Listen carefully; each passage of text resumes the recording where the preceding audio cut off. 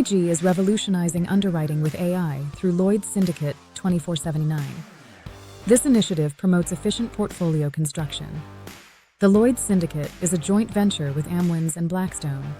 It aims to achieve $300 to $400 million in premiums.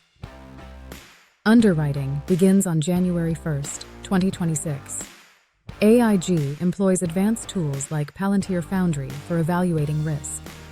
The goal is precise risk assessment before underwriting starts. This sets Syndicate 2479 apart from previous options in Lloyd's. AI is integrated into the portfolio assessment stage. This means better alignment with defined risk parameters. It also allows for real-time evaluation of submitted programs. Peter Zaffino, AIG's CEO, emphasizes using innovative technology for underwriting decisions. The goal is to improve portfolio diversification through AI capabilities. The syndicate aligns with Lloyd's mission to connect institutional capital with underwriting risk. This approach encourages efficiency while preserving regulatory oversight. AIG reinforces its generative AI strategy.